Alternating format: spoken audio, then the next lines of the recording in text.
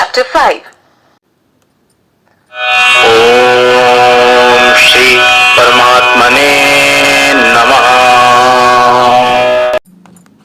శ్రీ భగవానుడు పలికెను, సన్యాసము మరియు కర్మయోగము రెండు శ్రేయస్కరమైనవే.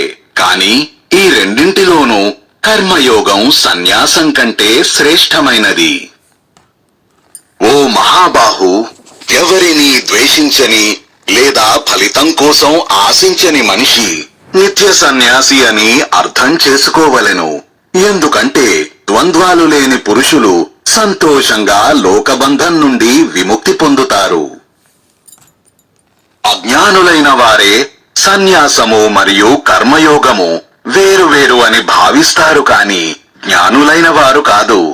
వీటిలో ఏ ఒక్క మార్గాన్ని అనుసరించే మనిషి అయినా ఒకే విధమైన ఫలాలను పొందుతాడు. సన్యాసం ద్వారా పొందిన తత్వాన్ని కర్మయోగం ద్వారా పొందవచ్చు.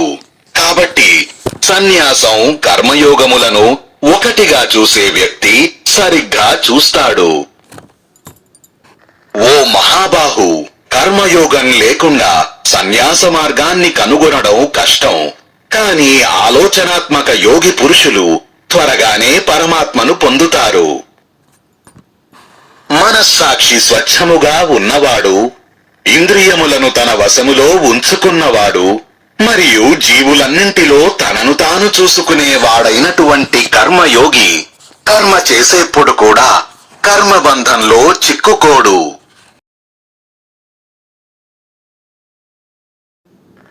తత్వజ్ఞానం గల మనిషి చూడటం, వినడం, తాకడం, వాసన చూడడం, తినడం, నడవడం, శ్వాసించడం, మాట్లాడడం, త్యజించడం, అలాగే కనురెప్పలు మూయడం, ఇలా ఏమి చేస్తున్నా సరే అది తాను చెయ్యడం లేదని భావిస్తాడు.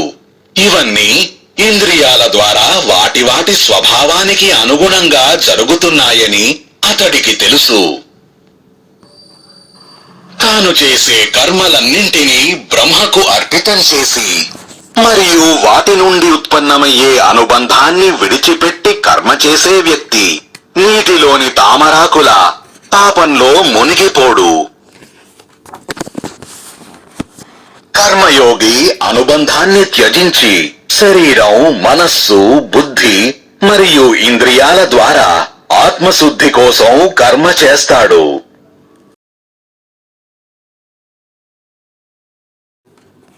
కర్మయోగి పురుషుడు కర్మఫలాలను త్యజించడం ద్వారా పరమ శాంతిని పొందుతాడు.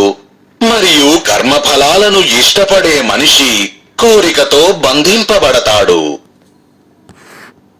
ఒక సంయమనం గల పురుషుడు మనస్ఫూర్తిగా కర్మలన్నింటినీ త్యజించినప్పుడు నవద్వారాలు గల ఈ శరీరమనే నగరంలో సుఖంగా ఉన్నప్పటికీ అతడు కర్మ చెయ్యడు, చేయించడు.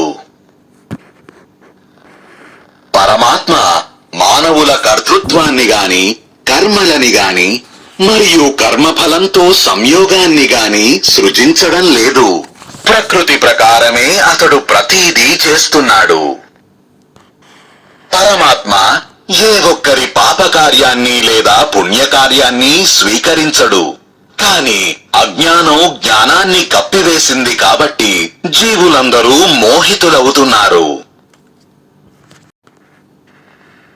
కాని తమ వివేకంతో అజ్ఞానాన్ని నాశనం చేసిన వారి జ్ఞానం సూర్యుడి వలె పరమతత్వమనే పరమాత్మను ప్రకాశింపచేస్తుంది.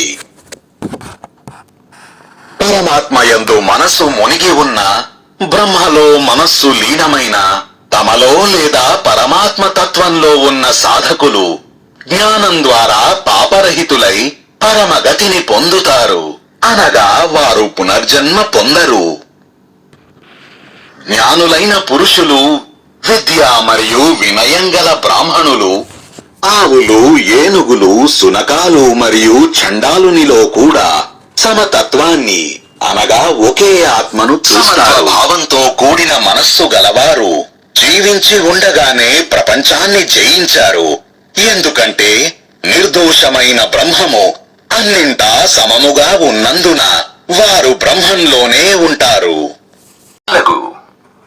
ఎవరైతే ప్రియమైన వస్తువును పొందినా సంతోషించరో మరియు అప్రియమైన వస్తువును పొందినా చింతించరో అటువంటి స్థిర బుద్ధి కల జ్ఞాని మరియు బ్రహ్మను తెలుసుకున్న వ్యక్తి బ్రహ్మములో ఉన్నారని అర్థం చేసుకోవాలి. బాహ్య విషయాలతో అనుబంధం లేని మనిషి ఆత్మలోనే ఆనందాన్ని పొందుతాడు. బ్రహ్మను ధ్యానించడంపై ఏకాగ్రచిత్తుడైన మనిషి జీవిత ఆనందాన్ని చవిచూస్తాడు. ఓ కుంతీ కుమార, ఇంద్రియాలు మరియు వాటి విషయాల సంయోగము నుండి ఉత్పన్నమయ్యే సుఖాలే దుఃఖానికి కారణం మరియు అవి ఆది అంతం కలిగినవి. అందువల్ల బుద్ధిమంతుడైన పురుషుడు వాటిలో లీనమైపోడు.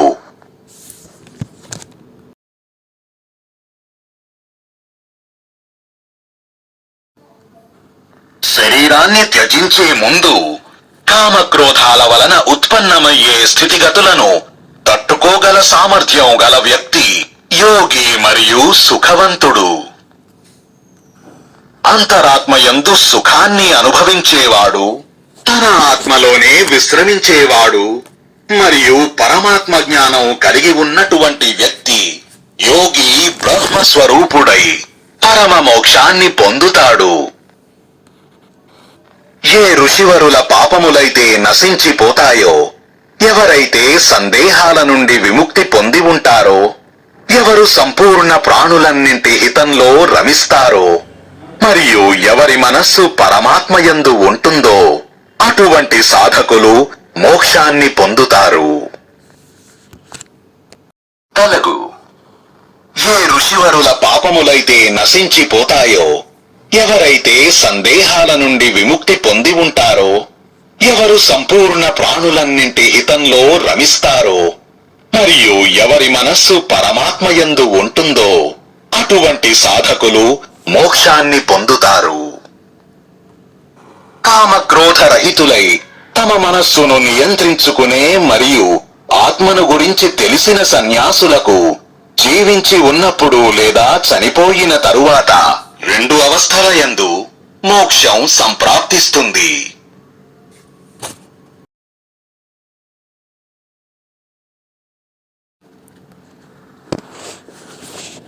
ప్రాపంచిక భోగ విషయాల ఆలోచనను విడిచిపెట్టి 2 కనుబొమ్మల మధ్య దృష్టిని ఉంచడం ద్వారా నాసికలోనికి వచ్చిపోయే ప్రాణ అపాన వాయువులను సమం చేసి ఇంద్రియాలు, మనస్సు మరియు బుద్ధిని తన నియంత్రణలో ఉంచుకున్న మోక్షపరాయణుడైన ముని కోరిక, భయం మరియు కోపం నుండి బయటపడతాడు. అనగా అతడు ఎల్లప్పుడూ ముక్తుడయ్యే ఉంటాడు. నన్ను యజ్ఞాలకు, తపస్సులకు భోక్తగా, సంపూర్ణ లోకాలకు మహేశ్వరుడిగా, ప్రాణులన్నింటియందు దయగలవాడిగా మరియు ప్రేమగల వ్యక్తిగా భావించే భక్తుడికి శాంతి లభిస్తుంది. ఓం తత్సదితి శ్రీమద్భగవద్గీతాసూపనిషత్సు బ్రహ్మ